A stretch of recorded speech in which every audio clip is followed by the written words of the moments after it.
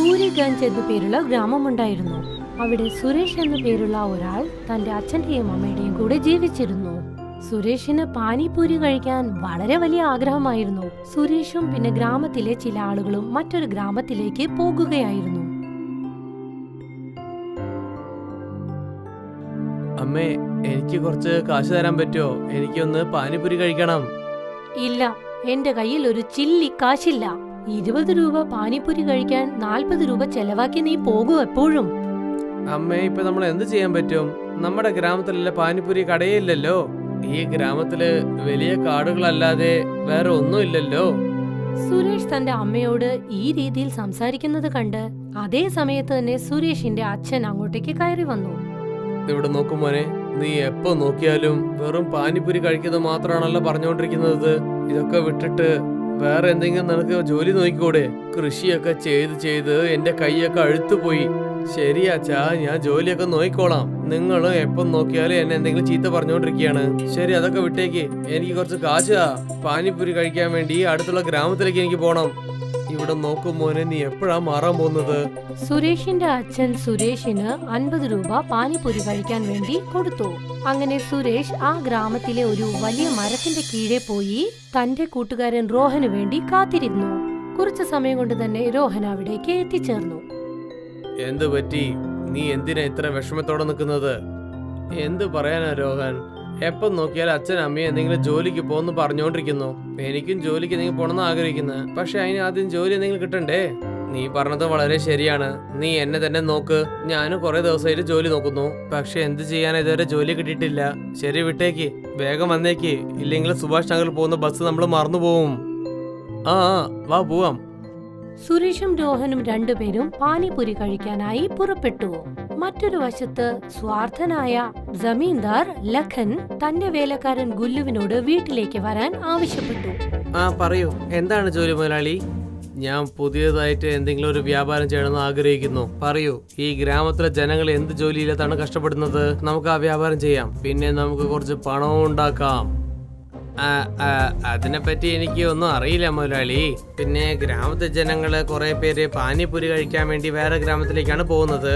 ഈ ഗ്രാമത്തില് വേറെ ആരും പാനിപൂരി വിൽക്കുന്നോ ഇല്ല.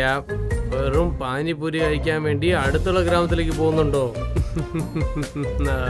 ഇതാണ് ശരിക്കുള്ള കാര്യം. ശരി കൊള്ളു, പാനിപൂരി വണ്ടി ഉണ്ടാക്കാൻ നീ തയ്യാറാക്കി അയക്കോ. പിന്നെ പാനിപൂരി വിൽക്കാൻ വേണ്ടി ആരംഭിച്ചോളൂ. ഓർമ്മിച്ചു വെച്ചോളൂ. പാനിപൂരി 50 രൂപയ്ക്ക് താഴെ കുറവ് വിൽക്കാൻ പാടില്ല. മനസ്സിലായോ? പക്ഷേ അടുത്തുള്ള ഗ്രാമത്തിലെ പാനിപൂരി വെറും 20 രൂപയ്ക്കാണ് വിൽക്കുന്നത് മുതലാളി. പക്ഷെ നമ്മൾ 50 രൂപയ്ക്ക് വിൽക്കാൻ പാടുള്ളൂ. ആവശ്യമില്ലാതൊന്നും ചോദിക്കല്ലേ. പോയൊരു ജോലി നോക്ക്. ഗുല്ലു പാനിപൂരി ബിസിനസ് ചെയ്യാൻ ആവശ്യമായ കാര്യങ്ങൾക്കായി പുറപ്പെട്ടു. സുരേഷും രോഹനും പാനിപൂരിയും കഴിച്ച് തന്റെ ഗ്രാമത്തിലേക്ക് തിരിച്ചെത്തി. എന്നെ കൊണ്ട് വിശ്വസിക്കാനേ പറ്റുന്നില്ല.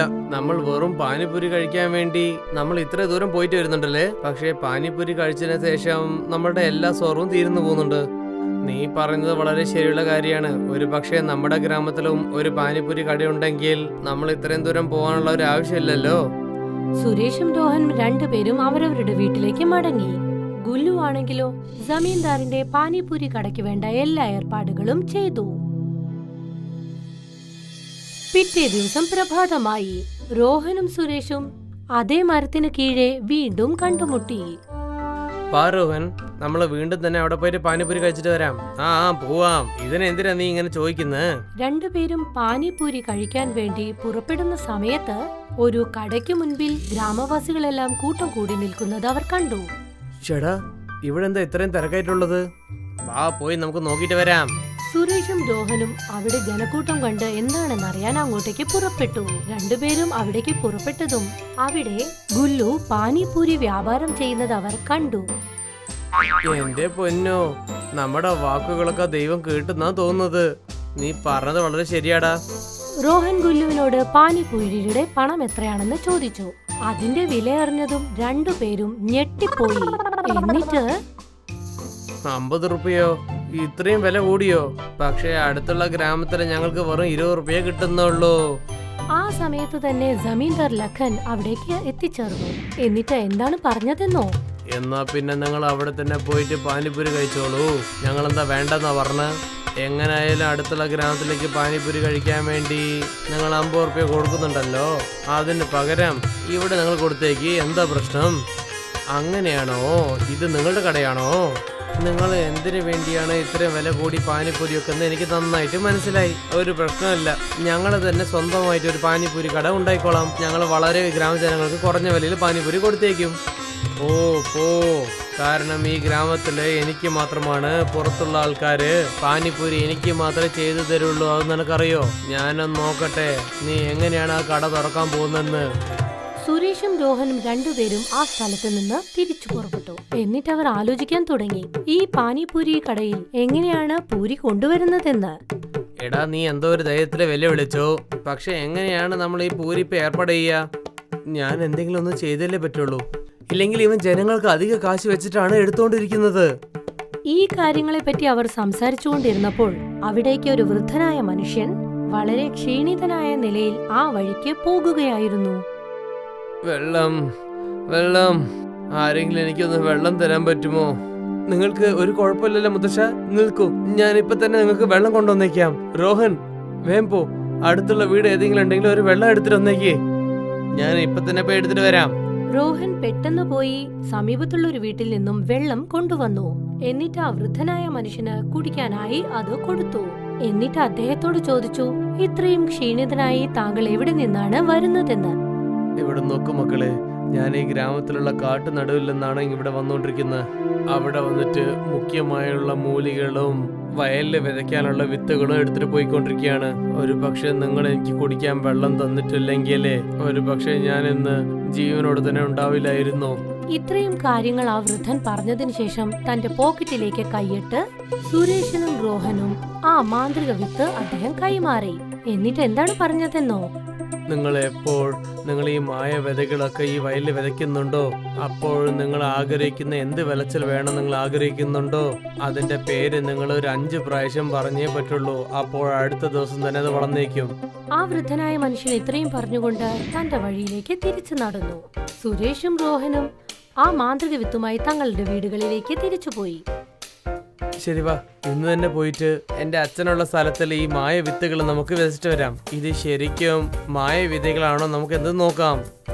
നീ പറഞ്ഞത് വളരെ ശരിയാണ്. ഒരു പക്ഷേ ഇതങ്ങാൻ ജോലി ചെയ്താലേ നമ്മുടെ എല്ലാ പ്രശ്നങ്ങളും തീർന്നു പോവല്ലോ.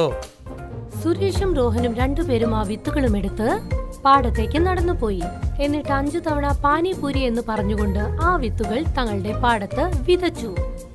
പിറ്റേ ദിവസം പ്രഭാതമായപ്പോഴേക്കും ആ പാടത്ത് പൂരി വിളഞ്ഞു നിൽക്കുന്നു. സുരേഷും രോഹനും ചേർന്ന് തങ്ങളുടെ ഗ്രാമത്തിൽ പാനിപൂരി കട തുടങ്ങി. മാത്രമല്ല വെറും 20 രൂപയ്ക്ക് അവർ പാനിപൂരികൾ വിൽക്കാനായി തുടങ്ങി. ചേടാ, ഇത് ശരിക്കും നല്ല കടം തോന്നുന്നല്ലോ.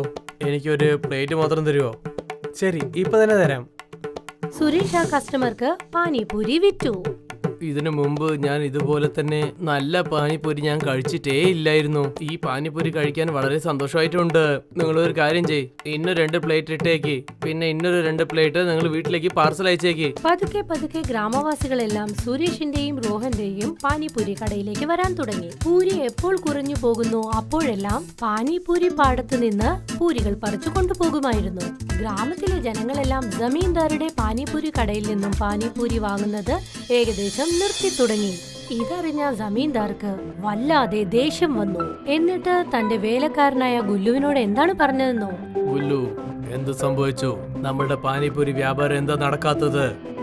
മുതലാളി, അവൻ പാനിപൂരിയെ 20 റുപ്യക്കാണ് വിൽക്കുന്നത്, നമ്മളാണെങ്കിൽ 50 റുപ്യക്കാ വിൽക്കുന്നത്. പിന്നെ ഞാൻ എന്താ കേട്ടെന്ന് വെച്ചാൽ അവനുണ്ടാക്കുന്ന പാനിപൂരി നല്ല രുചിയുണ്ടെന്ന് പറയുന്നത്. നമ്മൾ എന്തെങ്കിലും ഒന്ന് ചെയ്തേ പറ്റുള്ളൂ, ഇല്ലെങ്കിൽ മൊത്ത വ്യാപാരം നമുക്ക് നഷ്ടപ്പെടും. എന്റെ അടുത്ത് ഒരു പ്ലാൻ ഉണ്ട്. എന്ത് പ്ലാനാണ് മുതലാളി? ഞാൻ എങ്ങനെ പറയുന്നോ നീ അതുപോലെ തന്നെ ചെയ്തേക്ക്. എന്റെ കൂടെ വാ ഗുല്ലു. രാത്രി ഇരുടായ നേരത്ത് തന്നെ ജമീന്ദാരും ഗുല്ലുവും രണ്ടുപേരും ആ നേരത്ത് തന്നെ സുരേഷിന്റെയും രോഹന്റെയും കടയിലേക്ക് വന്ന് അതിന് തീ കൊളുത്തി. പാനിപ്പൂരി വിൽക്കണമെന്ന് വളരെ ആശപ്പെട്ടതല്ലേ? ഇങ്ങനെ തന്നെ പാനിപ്പൂരി വിറ്റോണ്ടിരിക്കട്ടെ. പിറ്റേ ദിവസം സുരേഷും രോഹനും തങ്ങളുടെ പാനിപൂരി വ്യാപാരത്തിനായി വന്നപ്പോൾ അവരുടെ പാനിപൂരി കട മൊത്തത്തിൽ കത്തിപ്പോയതായി അവർ കണ്ടു. ആരാണ് ഇങ്ങനെയൊക്കെ ചെയ്തത്? എന്തിനു വേണ്ടി ഇങ്ങനെയൊക്കെ ചെയ്തത്? ഇത് തീർച്ചയായിട്ടും ആ ജമീന്ദാറിന്റെ ജോലി തന്നെയായിരിക്കും. നമ്മുടെ പാനിപൂരിന്റെ കടനെ കൊണ്ടാണ് അയാളുടെ വ്യാപാരം നിന്നുപോയെന്ന് അയാൾ വിചാരിക്കുന്നത്. പിന്നെ അയാൾക്ക് വന്നിട്ട് ആൾക്കാരുടെ അടുത്ത് പണം കക്കാൻ പറ്റുന്നില്ല. ഞാൻ ഈ കാര്യം വെറുതെ വിടാൻ പോകുന്നില്ല. നമ്മൾ വീണ്ടും ഒരു കട ഇട്ടേക്കാം.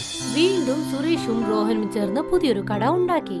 എന്നിട്ട് വീണ്ടും പാനിപൂരി വിൽക്കാനായി അവർ തുടങ്ങി. ഈ ഒരു കാര്യം ഗുല്ലു തന്റെ മുതലാളി ജമീന്ദാർ ലഖനോട് പോയി പറഞ്ഞു. എന്ത്? അവര് വീണ്ടും പാനിപൂരി കട ഇട്ടെന്നോ? അതെ മുതലാളി, അവരുടെ കടയിൽ നമ്മൾ തീ വെച്ചത് ഒരു പ്രയോജനം ഇല്ലാതെ പോയി മുതലാളി. അങ്ങനെ വെച്ചാൽ നമ്മൾ ആ മുഖ്യമായ ഒരു കാര്യത്തിലാണ് കൈവെക്കേണ്ടത്. ഞാൻ എന്താ കേട്ടെന്ന് വെച്ചാൽ സുരേഷ് അച്ഛനടുത്ത് ഒരു വയലുണ്ടെന്ന് ഞാൻ കേട്ടു. അവിടെയാണ് ഇവര് രണ്ടുപേരും ഈ മായ പാനിപൂരി ഉണ്ടാക്കുന്നത്. ഞാനും അത് കേട്ടിട്ടുണ്ടല്ലോ. പക്ഷെ നിങ്ങൾ എന്താണ് ചെയ്യാൻ പോകുന്നത്? പറയാം, എന്താ ചെയ്യാൻ പോകുന്നത് ഞാൻ പറയാം. ഇപ്പോൾ നീ എന്റെ കൂടെ തന്നെ വാ. രാത്രി ഇരുടായ ഉടനെ തന്നെ ജമീന്ദാരും ഗുല്ലുവും രണ്ടുപേരും പാനിപൂരിയുടെ പാടത്തേക്ക് നടന്നു വന്നു. എന്നാൽ ഇതാണോ അവരുടെ പാനിപൂരിന്റെ പൂരി രഹസ്യമോ? ഇന്ന് തന്നെ ഇതൊക്കെ ഞാൻ നശിപ്പിച്ചളയാം. പൂരി ഉണ്ടായാലല്ലേ അവരെ കൊണ്ട് പാനിപൂരി ഉണ്ടാക്കാൻ പറ്റും. ജമീന്ദാർ ആ പാടത്ത് തീ വയ്ക്കാൻ പോകുന്ന സമയത്ത് ആ വയലിന് സമീപമുണ്ടായിരുന്ന ഒരു വലിയ മരത്തിന്റെ വേരുകൾ നീണ്ടു വന്ന് അവർ രണ്ടുപേരെയും ചുറ്റിപ്പിണർന്നു. മുതലാളി, എന്നെ രക്ഷിക്കൂ മുതലാളി, എന്നെ രക്ഷിക്കൂ. എടാ മണ്ട മാക്രോണി, ഞാൻ തന്നെ കുടുങ്ങിയിരിക്കുകയാണ്. രാത്രി മുഴുവൻ ജമീന്ദാറും ഗുല്ലുവും അതിൽ പെട്ടുകിടന്നു. പിറ്റേ ദിവസം രാവിലെ റോഹനും സുരേഷും തങ്ങളുടെ പാടത്തേക്ക് വന്നപ്പോൾ ജമീന്ദാറും അദ്ദേഹത്തിന്റെ വേലക്കാരൻ ഗുല്ലുവും കയറാൽ ചുറ്റപ്പെട്ടിരിക്കുന്നത് കണ്ടു. എന്നോട് ക്ഷമിക്കൂ സുരേഷ്, റോഹൻ. ഞാൻ നിങ്ങളുടെ പാനിപൂരി നശിപ്പിക്കാൻ വേണ്ടി വന്നിരിക്കുകയായിരുന്നു. പക്ഷെ ഇവിടെ ഉണ്ടായിരുന്ന മരത്തിന്റെ വേര് ഞങ്ങൾ പിടിച്ചു വെച്ചിട്ടുണ്ട്. ഞാൻ നിങ്ങൾക്ക് തീർച്ചയായിട്ടും വാക്ക് തന്നേക്കാം. എന്റെ ഉള്ള എല്ലാ കെട്ട ജോലിയും ഞാൻ നിർത്തി വെച്ചേക്കാം. പിന്നെ പാനിപൂരിയും ഞാൻ 20 രൂപയ്ക്ക് വിൽക്കാനും തുടങ്ങാം. ഈ വേരാണ് ഞങ്ങളുടെ വിളച്ചല് രക്ഷിച്ചിട്ടുള്ളത്. നിങ്ങൾ ചെയ്ത തെറ്റ് നിങ്ങൾ മനസ്സിലാക്കിയിട്ടുണ്ടല്ലോ. ഞങ്ങൾക്ക് അത് തന്നെ മതിയായി. റോഹനും സുരേഷും ഗുല്ലുവിനും ജമീന്ദാറിനും ക്ഷമ കൊടുത്തത് ഉടനെ തന്നെ ആ മരത്തിന്റെ വേരുകൾ അവരെ വിട്ടുപോയി.